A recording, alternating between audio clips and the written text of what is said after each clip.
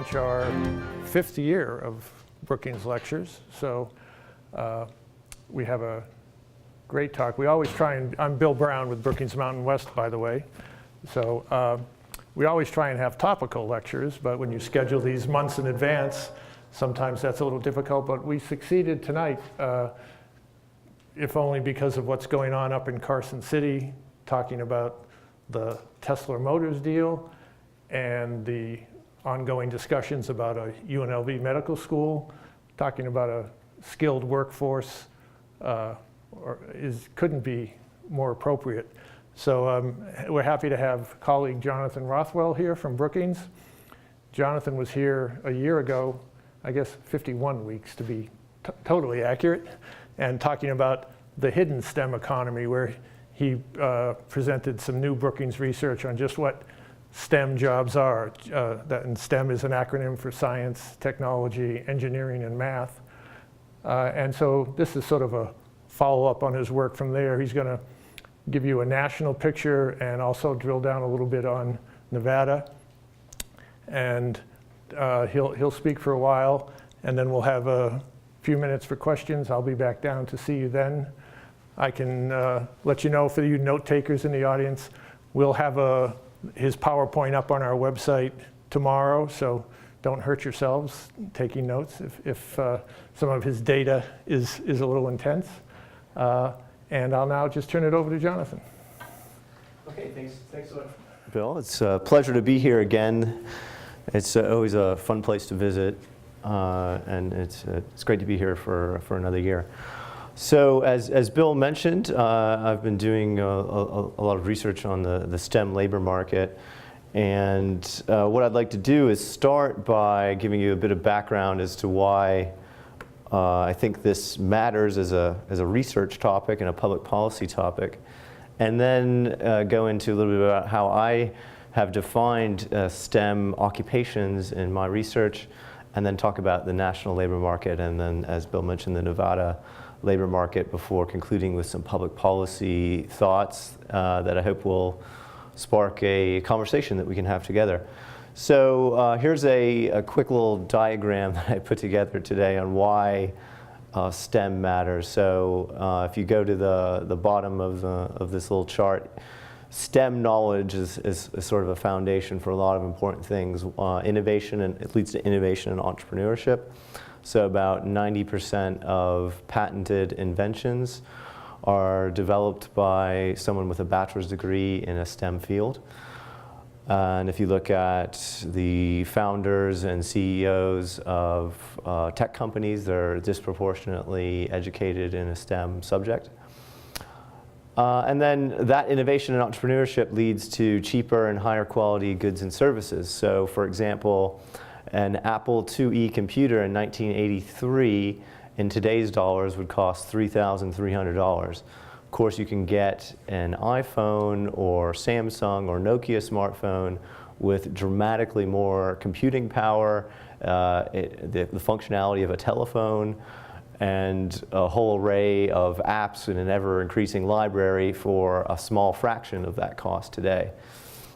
And all that increases living standards ultimately, raises our spending and purchasing power, increases our happiness and health and things like that. But there's another channel that living standards are increased through STEM knowledge, and that's through the private benefits that accrue to people with STEM knowledge in terms of higher salaries and incomes that they have. And that leads to them going out to the theater, the Smith Center here, if I have that right, and movies and restaurants, and spending money, which stimulates job creation and sustains a whole nother economy. So the problem from the perspective that I'm advancing tonight is that this little red line that I have, which leads back from the private benefits for being a STEM worker to STEM knowledge, which is supposed to, the private benefits are supposed to encourage more people to pursue STEM knowledge. There's something not quite right, and there's not quite enough people getting STEM knowledge relative to all these benefits I'm describing. That's sort of the main thrust of what we'll be arguing tonight. So let me first define what I mean by STEM skills. I'll start with what I consider the conventional view of the STEM labor market. And the proponents of this view you could trace to the National Science Foundation, other organizations that have tried to measure the STEM labor force. And historically and presently, they define STEM workers fairly narrowly to about 5% of all US occupations. These include engineers, computer workers, scientists, principally. And some things to note about these jobs is that overwhelmingly the workers have bachelor's degrees or higher levels of education. They're professional jobs only. And when you may think, well, this sounds reasonable, right? After all, these are the workers that are contributing the most to research and development of new products and ideas, as I just mentioned. But then when you look in detail at this definition, what you see is it includes jobs like computer user support specialists who help computer networks operate and help you, if you're troubleshooting your software on your computer here at UNLV isn't working properly. So these workers are doing important things, but they're not contributing to the development of new technologies and products in the same way as research scientists are. So that's clearly not the criteria. And you may say, well, okay, but they all have STEM knowledge, but there are many other occupations where STEM knowledge is also important but aren't included in the conventional definition. Doctors is one example. I think most people agree that you have to know something about biology and chemistry to practice as a doctor. So I decided to start over, in a sense, when it came to defining STEM occupations and try to build this up from a more rigorous foundation. So what I did is I used data from a wonderful survey called ONET, which is funded by the Department of Labor, but not utilized, in my opinion, by social scientists quite as much as it should be. They have a variety of different surveys of workers in every occupation, up to about 800 different occupational categories. The survey that most interests me for this purpose is what they call their knowledge survey, which asks workers to rate themselves in terms of the level of knowledge required to do their job in roughly 30 different domains. Now, a few of those are core STEM domains like engineering, mathematics, physics, computer skills. So what I did is pull out those core domains and then come up with a score for every occupation in the economy in terms of the level of STEM knowledge that those workers are required to have. And I said, you're a STEM worker, in effect, if you score highly in any one of those domains. And when you do that, you get 21% of the US workforce as being part of the STEM labor market rather than the 5% from the conventional view. So obviously a dramatic change there. Also, the notable change is that there are a large number of blue-collar jobs or jobs that don't typically require a bachelor's degree that would be moved into the STEM category. So that would include nurses. It would include lab and medical technicians. It would include auto mechanics, aircraft mechanics, computer numerically controlled machine operators on the production floor. So a small fraction of the production workers that are working with the equipment in this new Tesla factory of the future would qualify. And of course, a much larger percentage of the Tesla workforce would qualify through more conventional definitions. Just on a side note, my estimates suggest that about 50% of the workers at that plant would probably qualify as part of the STEM labor market. In any case, when you come up with this sort of measure, I found that it predicts wages and even cognitive performance on standardized exams better than the conventional metric. And just to list off a few more of these occupations, so these kind of, in white I've highlighted the non-traditional STEM occupations I sort of refer to as the hidden STEM economy. So these would be your healthcare practitioners, installation, maintenance, repair workers, construction and extraction workers, and a fraction of the production workers. So about 23% of production workers, 40% of construction and extraction. Okay, so let's take a look now at how the STEM labor market is doing nationally. The main argument that I make is that there's a long-run shortage. It's somewhat masked by the Great Recession in that the lower demand that came during the recession sort of temporarily solved the shortage issue, but now that we've had a few years of fairly strong economic growth, particularly in the STEM occupations, as I'll show, the shortage has really come back. And despite the high and increasing salaries for these workers, there's been a fairly weak response in terms of educational and training to keep up with this demand, hence the out of balance scale there. So to focus first on the long and medium run trends here, the relative wages for STEM workers have increased fairly sharply over the last 62 years. This is an aggregate measure which looks at a standard deviation change in STEM knowledge associated with an occupation, and looks at what percentage increase in earnings you'd expect for a standard deviation increase in STEM knowledge using census data, and controlling for formal levels of education, controlling for age, experience, and sex. And what you see is a fairly sharp increase in the returns to STEM knowledge over the period.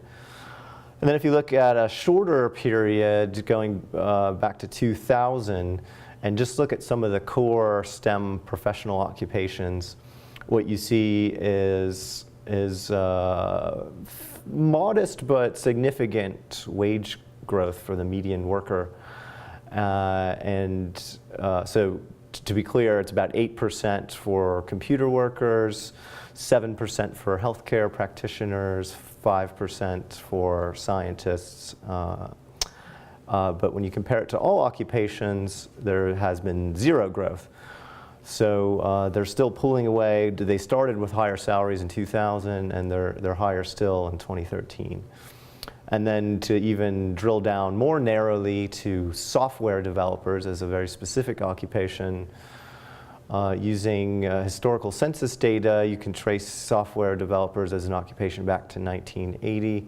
There's been huge growth in the number of software developers since that period, and there's also been an enormous increase in salaries from about $50,000 in today's dollars to over $80,000 on average.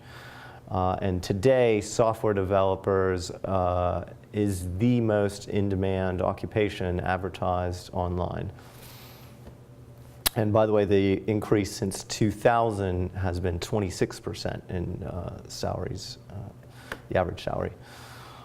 And then with these longer and medium-term wage trends, there's also been some unique circumstances for the STEM labor market coming out of the recession. So from 2009 to 2013, 3 out of every 10 new occupations created on net have been in just 2 of the STEM occupations, computer workers and healthcare practitioners. So there's been quite extraordinary growth in those 2 fields. And when you look at how this translates into hiring difficulty for employers, which is something that I've been exploring in some very recent research, what you see is you see dramatic differences across occupations. But let me first start with the national picture, just so we all understand that trend, which I think is important to establish. So hiring difficulty generally runs counter-cyclically. So during the recession, when unemployment shot upwards and there were many more workers out in the labor force looking for jobs, it became much easier for employers to fill vacancies. And as the economy recovered, that level of difficulty became more intense. And by April 2014, which is where this chart ends, we're about back to where we were before the recession in terms of hiring difficulty. And I'd be happy to go into details of how that's measured in the Q&A if you'd like. Just to sort of emphasize the robustness of this index, if you ask small businesses about hiring difficulty directly and ask them, are you experiencing difficulty finding qualified workers? The percentage answering yes has also increased during the economic recovery. So this data goes back to 2009 and went from 25% saying yes to 45% in May of 2014. And as I mentioned, this national trend is quite different when you break it down by occupation. So using data from the Conference Board's Help Wanted Online Index, which compiles all vacancies posted on the internet, what you see is there were over 4 vacancies for every unemployed computer worker in April of 2014. But there are only 0.1 vacancies for every unemployed construction and extraction worker. So the professional STEM occupations are really seeing very tight labor market with extraordinary demand for healthcare practitioners, architects and engineers. And then at the bottom scale, not only construction workers, but production workers and even legal workers. There were only 0.4 openings for legal profession. So it's not only a blue collar versus professional divide. Even for a high paying job like a lawyer, there are very few vacancies right now relative to the number of unemployed. And if you, so to get at hiring difficulty another way, I was able to compile data from a company called Burning Glass, which is also, like Conference Board, a compiler of vacancies posted online. And we purchased data which includes the duration of a company's job postings. And so we had data on millions of advertisements and how long they were posted for as an indicator of recruitment effort. And what we found is that the STEM vacancies, particularly those that require higher levels of education, were posted for significantly longer periods of time compared to the non-STEM vacancies with the same levels of education or less education. So the median vacancy for a PhD or professional degree STEM job was 25 days. If you go to a job that's non-STEM and doesn't have any educational requirements, that median job was filled in 2 days. And then if you look at this by occupation, you see that healthcare and computer occupations are taking the longest to fill. The ads are posted for the longest periods of time. And just to give you a sense of what you can do with this kind of data, and I continue to explore it in more detail, not only do we know how long the ads were posted, we also know the companies that were posting them, we know the industry, the companies that are posting them, the occupations. We also know, importantly, the skills that the companies are looking for. And so even within the computer occupations, there's a fair amount of variation in terms of hiring difficulty. So in general, this chart is just showing you the most in-demand computer skills that are commonly looked for in computer occupations. So they would include things like Microsoft Windows, which large numbers of people are expected to know, but also more technical and arcane computer languages like SQL, Java, Linux, C++. And then if you look at the ones that are the hardest to fill, it's languages like Python, Java, and dozens of other fairly technical computer languages where even if you have a computer science degree, if you don't know that language, you're probably not going to get the job. So let me now turn, before going into the Nevada data, to some of the regional variation in the STEM labor market. So here's just a quick map, just to sort of emphasize that places are very different in the percentage of vacancies that are available for STEM workers. In Silicon Valley, it's over half of vacancies posted online are for one of these STEM occupations.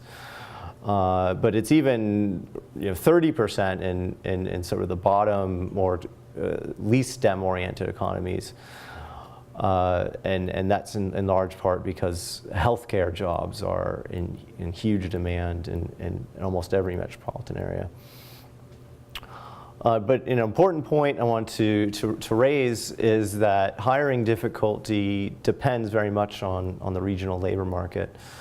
And so even for a given occupation, say computer workers, it's going to be much easier for a company to fill that vacancy if they're in a labor market that has A, more computer workers, and B, more computer workers who are currently unemployed or looking to switch jobs. And you can see that in the data. This is sort of a summary of a more complex regression analysis, but hopefully it makes the point that as the regional unemployment rate decreases for a given occupation, the hiring difficulty increases. So for the places that have the lowest unemployment rates for computer workers or engineers, that's where the employers are having greater difficulty, all things being equal. Now let me turn to the STEM labor market in Nevada. Let me start first by pointing out that despite the fact that Nevada is, of course, not one of the more STEM-oriented states, in fact, it's the least STEM-oriented state in terms of the percentage of the workforce in a STEM occupation. Still, even with that, 9 out of the top 20 most advertised vacancies in the state in 2013 were for STEM occupations. So the registered nurses were very high on the list. No surprise. Auditors, software developers of applications were up there quite high, and a number of other just IT-related occupations. And the other sort of summary thing to note about the Nevada state economy is that while the demand for STEM workers is quite a bit lower than it is nationally, the supply is also quite a bit lower. So just because demand is low doesn't mean there isn't a problem filling existing vacancies, or there isn't excess demand for STEM workers. So just to put some numbers on that, about 17% of vacancies advertised in 2013 required a bachelor's degree or higher in the state and were advertised in a STEM occupation. That compares to 24% nationally. But if you look at the adult STEM educational attainment rate for a bachelor's or higher, it's only 6% in the state compared to about 9% nationally. The other thing I want to point out is that STEM jobs pay higher in Nevada like they do nationally. So the average worker with a bachelor's degree or higher in a STEM occupation earns almost $84,000 in the state, compared to $56,000 for workers with a bachelor's degree or higher that are not in a STEM occupation. And there's even a significant premium for those with an associate's degree or some other or less education that are working in a STEM field. So most of these would be nurses, but a whole group of technicians, repair occupations where the average wage is almost $58,000. And not only wages higher, but the unemployment rates are lower for STEM workers both for those with a bachelor's degree and those with some college or an associate's degree who are working or have worked in the last 5 years in a STEM occupation. And then likewise, as we saw nationally, the advertisement durations are longer for STEM workers in Nevada. Well, this is actually just Las Vegas data, sorry. For the beginning of 2013. So the occupations, the group of occupations with the longest median duration times were the life, physical, and social science positions. Architecture and engineering and computer were also fairly high. Not surprisingly, construction and extraction jobs were filled quite rapidly, so that the median time was 1 day for those positions, given the massive housing market challenges that the region's faced. That's just probably not a surprise to anyone here. Now let's look at the unemployment rates by occupation in Nevada, and it sounds like a broken record, but again, it's the professional STEM jobs that tend to have the lowest unemployment rates. The one notable exception here is that computer workers in Nevada, these are 2012 unemployment rates, by the way. Computer workers in Nevada in 2012 did have a fairly high unemployment rate that was close to the state average. And I was curious about that because that's very different than the national story. So I looked into detail at that, and one thing you see is that there's a lot of variation within computer occupations in Nevada. So there's almost no unemployed network and computer systems administrators. There's fairly low unemployment for software developers in the state and web developers. But there's very high unemployment for computer support specialists and for computer programmers even. And one way that I've explained that to myself, and I would like to do some more research on this, is that the actual skills listed in Nevada for workers in those occupations tend to be easier to fill and tend to be less valuable than what you'd see in places like San Jose or Boulder for the same occupation. So to kind of make this a little bit more concrete, in San Jose, you're more likely to see job vacancies for computer positions that demand the most valued computer programming languages, like Python, and like variations of Java, like the capacity to develop apps for the iPhone and the Android operating systems. But in Las Vegas, you're less likely to see ads that request those more in-demand skills, and more likely to see ads that maybe suggest more common computer skills involving Microsoft technologies that are pretty saturated in the marketplace. So that's one potential explanation, is that the demands for computer workers look different, and so the supply is also different here. Let me then talk a little bit about the broad supply issues, both nationally and in Nevada. So the IPEDS is a Department of Education data program that will tell you the fields of study for US students around the country. And what you see is that, going back to as far as you can with this database to 1987, 72% of students were not getting a STEM degree, 4% were getting a computer science degree, 7% were getting an engineering degree. You might think that given the wage trends that I've just shown you, this would change dramatically over the last few decades. But in fact, the percent in 2012 that were in the non-STEM category was 74%, not very different than 72%. Computer science percentage actually fell, and in absolute numbers it hardly increased. Just go back, it was about 40,000 in 1987. It's 42,000 in 2012. So despite the millions of jobs for computer workers that have been created over those few decades, the actual number of students graduating a computer science degree is about the same.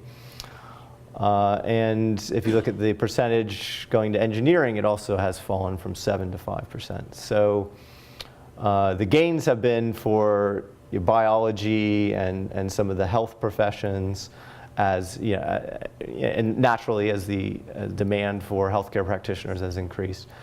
But you just haven't seen the responsiveness for engineering and computer science that you'd expect. So raises the question, why aren't more people getting STEM degrees? And I think there are a number of different explanations. Usually economists will say, well, the problem will take care of itself, wages are high, but clearly that's not happening. And one reason is that success in STEM, like success in any educational endeavor, depends on knowledge acquired as a child from birth on up until adulthood. And children aren't really reading labor market economics graphs and reading my reports and determining how much they're going to study on math and how seriously they're going to take their studies in biology and chemistry and so on. So it's not really clear what mechanism from high wage will translate from high wages to more higher education attainment, given the fact that you really have to have complete fluency in math and some other fields before you can get a PhD or an advanced degree, even a bachelor's degree in some of these fields. The other problem is that there is evidence that many more students are interested in the STEM fields than actually complete. And this is a big problem in terms of switch out rates to other majors. And there's been some really fascinating detailed research by some labor market economists. Basically what they found is that about half of students who intend to major in STEM end up not completing a STEM degree. I'm talking about freshmen at a four-year university. And one of the major explanations as to why they drop out is that they overestimate how well they're going to do in the coursework. And after they get C's and D's instead of A's and B's, they decide to switch to a major where they're more successful. And to me, that points to inadequacies in the K through 12 education system. But as I'll argue, there are things that universities can do to overcome this problem as well. Another issue which I think is worth bringing up is that there are cultural and social barriers to more people majoring in STEM, particularly when it comes to the most underrepresented groups, which would be women, blacks, and Latinos. So to put some numbers on what it looks like for women in the state of Nevada, just 21% of people holding an engineering bachelor's degree are women in the state of Nevada, and just 31% of computer science degree holders. Now the interesting thing is that women are doing better than men, if you like, when it comes to biology and medical sciences. And it seems to me that there's been sort of a longer tradition of thinking that women have a prominent role in healthcare related jobs, but for whatever reason, they're not getting the cultural message that women can be engineers and computer scientists too. So I think unlike Larry Summers, who famously speculated about intellectual ability differences, I totally don't buy that argument. It's just as hard to be a doctor as it is to be a computer scientist. So there's got to be cultural explanation for that. And then when it comes to the different racial breakdowns, what you also see is a very low percentage of blacks and Latinos getting degrees in computer and information science and engineering relative to the population rates. So this is also Nevada data. 33% of the population aged 18 to 30 in the states are Latino, but only 14% of those who hold computer science bachelor's degrees. For African Americans is 9%, a population share, but only 4% of computer science degree holders. And the ratios are somewhat similar, not always as stark in some of the other fields. But there are a variety of explanations for that. One that I find the most compelling is that if you look at the quality of the K through 12 environment for blacks and Latinos, they're attending objectively lower performing schools than their Asian and white counterparts. So this leads me to some of the policy issues that I'd like to raise, and then I hope we can have a little discussion about some of these. So there, to me, there's a long to-do list here. I don't expect you to read through all of this exactly, but and not only there are a lot of things to do, there are a lot of people, organizations, institutions, levels of government that really should be involved. This isn't a case where the federal government National Science Foundation is going to solve the problem by allocating an extra $1 million a year to STEM education, although that would be something that would probably be helpful marginally. So you really have to start with an enriched infant, toddler home life. And there's some compelling evidence. I think Paul Tough has one of the most compelling, publicly recognized popular books on the subject of the importance of early childhood education. But there are a number of very rigorous academic studies on the subject. And then, of course, we need to improve pre-K through 10th grade educational quality. When the U.S. rates itself on OECD-given, administered, designed exams, and math and science subjects, the U.S. tends to rate very low compared to other developed countries. And it's not only in the 8th grade and in middle schools where the U.S. underperforms. The U.S. also underperforms when adults take these sorts of OECD cognitive exams on math and science fluency. So it's not the case that we're sort of making up for it once people go to college, even if you limit the comparison to those who have bachelor's degrees in the US versus other countries where we rate very low. So there's work to be done there, and I won't go into all the recommendations I have on how to boost the quality of K through 12 schools. Some of them get very controversial when you talk about teachers' unions, charter schools, and vouchers. But moving on from there are a number of things that can be done at both the high school level to integrate the high school experience more with community college level training and bachelor's level training. AP courses do that to some extent, but there are more exciting models that I'll mention in the next slide. And then another factor, obviously, when you look at the long-run trends in educational attainment, is that the cost of college continues to skyrocket. And that's a major deterrent for large groups of people, particularly people whose parents haven't gone to college. And so coming up with ways to lower the cost of college, I think, is an extremely important thing that needs to be done. Not only, I would argue, not only is there a shortage of STEM workers, but when you look at the earnings, relative earnings of college graduates in general, STEM, while those who study STEM are doing the best, you can still earn an expected $1 million in lifetime earnings for getting a bachelor's degree in a non-STEM field compared to someone with a high school diploma. So there's a need to boost education at all levels.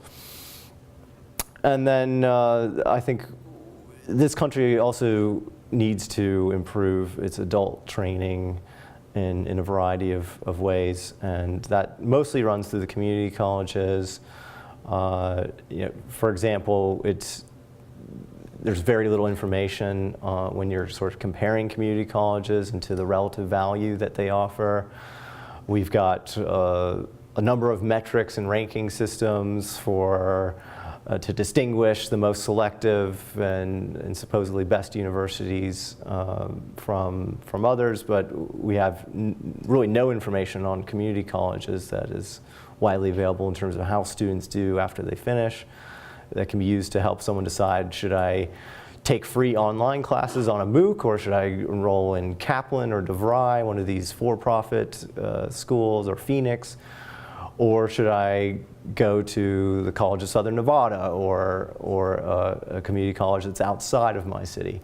So I think better information there could be helpful, and there's also evidence that when community college leaders better align their curriculum with what the local companies are looking for in terms of skills, their students end up doing better.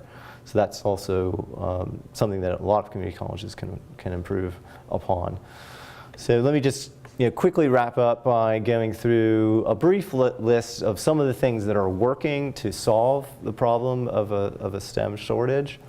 So starting with university level education and moving down, there are programs like the Meyerhoff Scholarship Program, which is a particularly successful one that's at the University of Maryland, Baltimore County, which has managed to dramatically boost the percentage and number of African American students who are going on from a bachelor's degree program to PhDs in one or more STEM fields. And they do it through a number of different ways, but one is they are very selective on about who they bring into the program, but they're not necessarily choosing students with always the highest standardized scores. but they look for the motivation.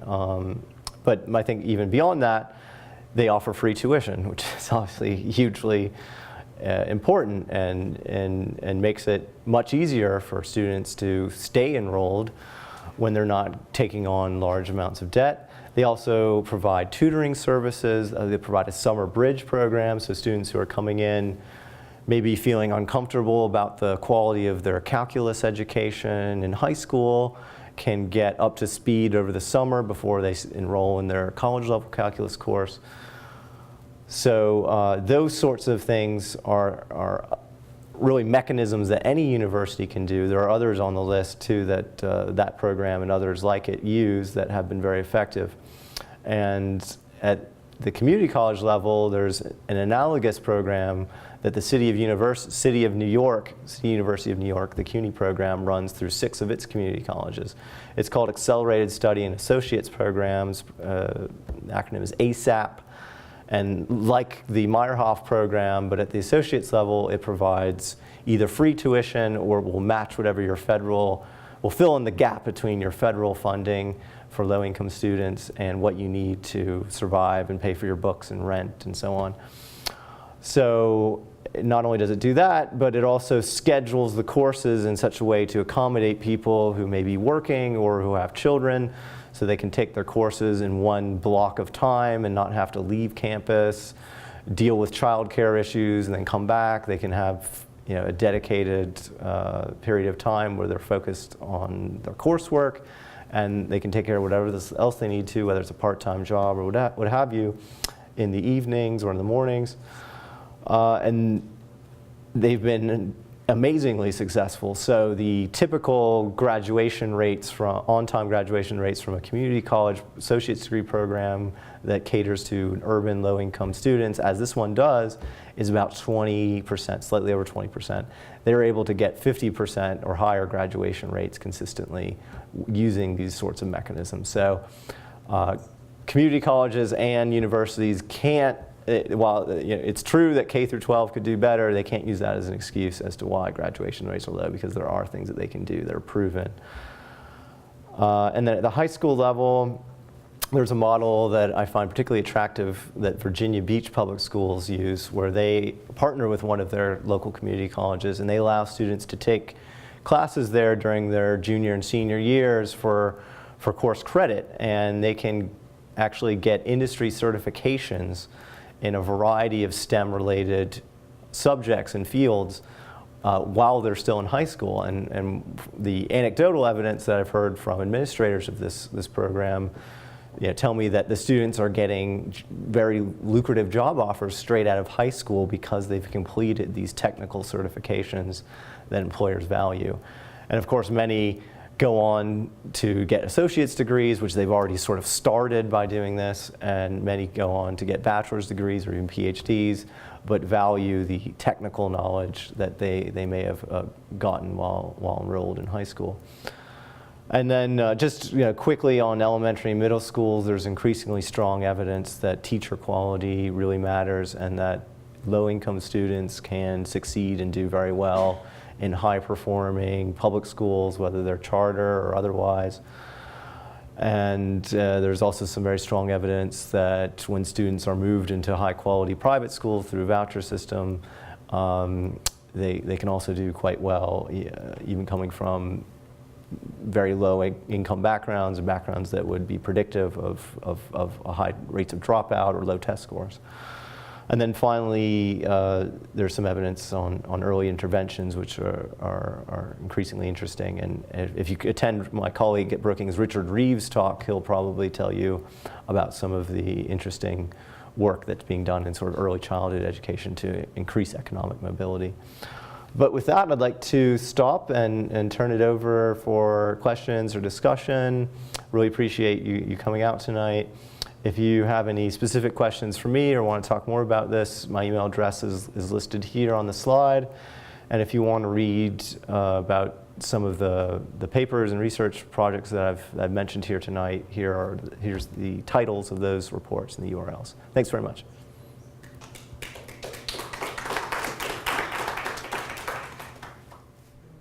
Anyone with a Oh. Get us started with a question? There's one down here if you want. Sure. Oh, hello, how are you? That was very, very good talk there. And I think a lot of your figures and data are consistent with what I've seen from the American Physical Society and IEEE about the fields where there's the most availability. I guess one of the interesting questions, I think there was one chart that mentioned manufacturing. And I think one of the big discussions, Robert Reich's recent book, others, questioning what's happening with outsourcing manufacturing. And people used to get, on the floor kind of tutoring and so on with that. They could get summer work.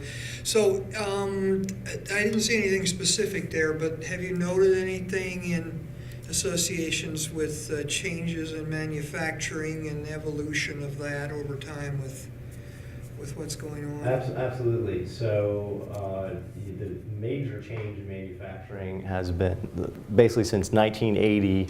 There have been almost 10 million jobs lost on net for manufacturing workers with a high school diploma or less.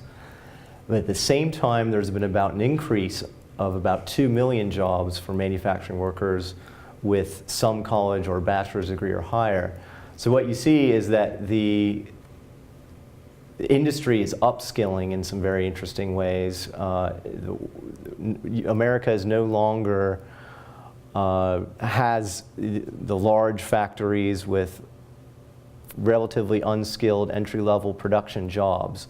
Some of those will probably be available at the Tesla factory, but even there, I would imagine that they'll be looking for people with significant experience and associate's degrees or various certifications that can demonstrate some expertise. So that's a very dramatic change. To me, I can't really explain it without evoking China. If you look at the rise of manufacturing and exporting in China, and you look at their workforce characteristics, overwhelmingly their workers have a high school diploma or less. And it doesn't make economic sense for many of our companies to try to do what they could essentially do there for such higher costs given the lower living standards there. That's the sort of overwhelming economic reality of it.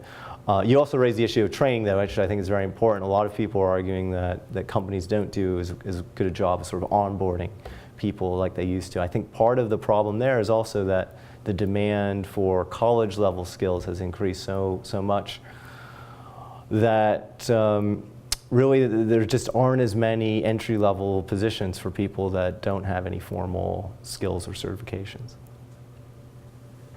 Is there another one? Welcome, ma'am. So a couple slides back, you noted the public policy issues and then who can be part of that. And in those top three, you list nonprofits in there, but then in the slide where you talk about what is working, I only saw one example of possibly a nonprofit piece of how it's making a difference. So can you talk a little bit about where you see nonprofits and playing a role? Yeah, good question. So one that is listed here is that I didn't mention is Girls Who Code. Yeah. They have sort of what seems to be a pretty cool summer immersion program for girls who are in high school to sort of give them a crash course in coding, get them excited about computer science. So that's one example. The neat thing is that there are a number of nonprofit organizations that are doing that sort of thing, whether it's, and that usually they focus on one or more particular underrepresented groups. So there's an organization called MESA that was started in California, and they focus on the Latino community. I think starting as early as middle school up through high school. They've had some impressive results boosting college completion in STEM subjects in the Latino community. So those are sort of a few examples, and charter schools and things are also often functioning as nonprofits and can make a big impact, like the KIPP schools have had a lot of success in low-income communities. Is the key to that then the nonprofits who are working with professionals who are already working in STEM? Because a lot of even after-school programs who want to be able to do great work like that don't even have the STEM knowledge themselves in order to be able to do that. That is a problem. That's a problem in many ways, and not only from the nonprofit sector, but even I'm even hearing reports of sort of traditional public schools where the principal or other leaders want to teach more computer science and things like that, but the faculty don't have any expertise in it. So I heard sort of a almost funny story of teachers teaching themselves how to code by going to the Khan Academy or Udacity or some of these online learning centers and almost doing it at the same time they're teaching it with their students. So that's increasingly, the good news is increasingly that's an option with the great online resources, which is another thing I really want to emphasize.